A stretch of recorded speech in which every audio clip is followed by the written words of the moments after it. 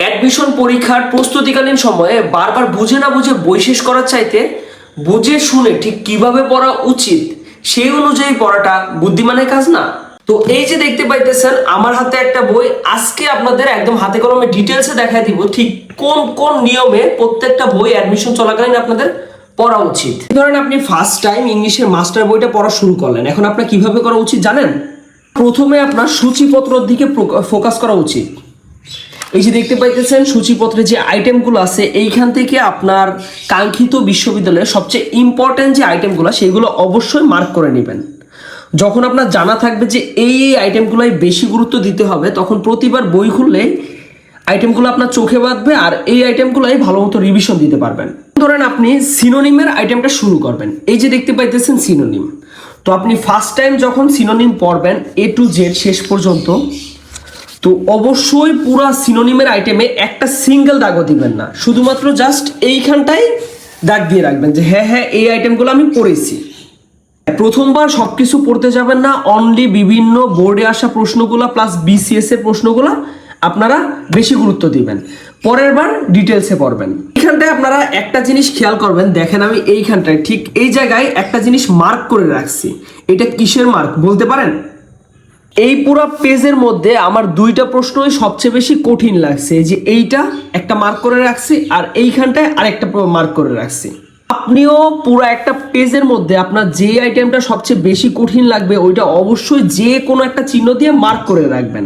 তো এই কাজটা কেন করবেন জানেন? আপনি যখন পরের বার বইটা রিভিশন দিবেন আপনার পুরোটা পেজ বারবার করে পড়তে হবে না। তো আপনি জাস্ট ওই যে দুইটা আইটেম আপনার কঠিন লেগেছে ওইটাতে চোখ বুলাইলে এনাফ।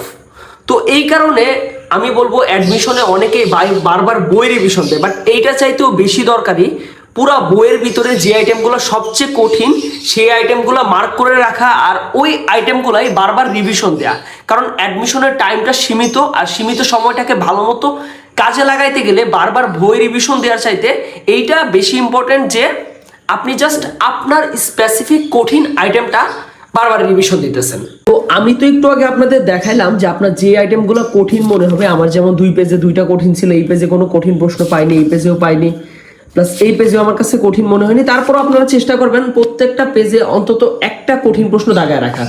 এদিকটা আসলে আপনাদের আমি ভালো মতো দেখাইতে পারবো।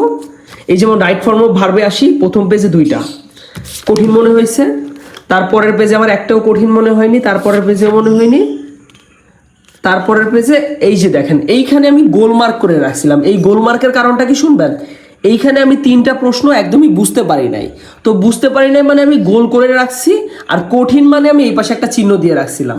তো পরবর্তীতে এই 3টা প্রশ্ন আমি আমার স্যারের কাছ থেকে সলভ করে ফেলি, তারপরে টিক মার্ক দিয়ে দিই। তো আপনারাও সেম কাজটা করবেন, যেই প্রশ্নটা আপনারা বুঝতে পারবেন না এইরকম গোল করে রাখবেন। আমি আরো কয়েকটা পেজ আপনাদের দেখাই। এটা হচ্ছে আমার অ্যাডমিশন কালের বই।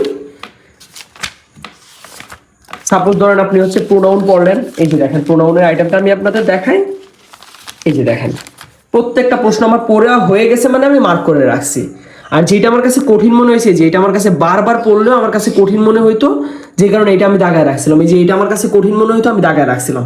তো আপনারা যখন এইভাবে পড়বেন, মার্ক করে করে পড়বেন, আপনারা পরবর্তীতে যখন বইগুলো রিভিশন দিবেন আপনাদের কাছে ব্যাপারটা খুবই ইজি মনে হবে। আপনার অন্য বন্ধু যখন পারা আইটেম না পারা আইটেম বারবার রিভিশন দেবে, আপনি সেই সময়টায় আপনার ঠিক দুর্বলতা যেই জায়গায় ওই জায়গাতে ভালো মতো ফোকাস করতে পারবেন, যে কারণে এই টেকনিকটা অ্যাডমিশনে খুবই বেশি গুরুত্বপূর্ণ। আজকের মতো এই পর্যন্তই। অ্যাডমিশন যারা দিবেন এই সেশনে, যারা হচ্ছে বর্তমানে এইচএসসি পরীক্ষা দিতেছেন, তারা চাইলে আমার চ্যানেলটা যারা ইউটিউব থেকে দেখতেছেন সাবস্ক্রাইব করে রাখতে পারেন, যারা ফেসবুক থেকে দেখতেছেন পেজটা ফলো দিয়ে রাখতে পারেন। কারণ অ্যাডমিশনে খুঁটিনাটি যত রকম পরামর্শ লাগে, প্লাস আপনাদের কিভাবে পড়াশোনা করলে আপনারা উপকৃত হবেন, সব কিছু আমি ভিডিওতে তুলে ধরার চেষ্টা করব। আজকের মতো এই পর্যন্তই। সবাই ভালো থাকবেন, সুস্থ থাকবেন। আসসালামু আলাইকুম।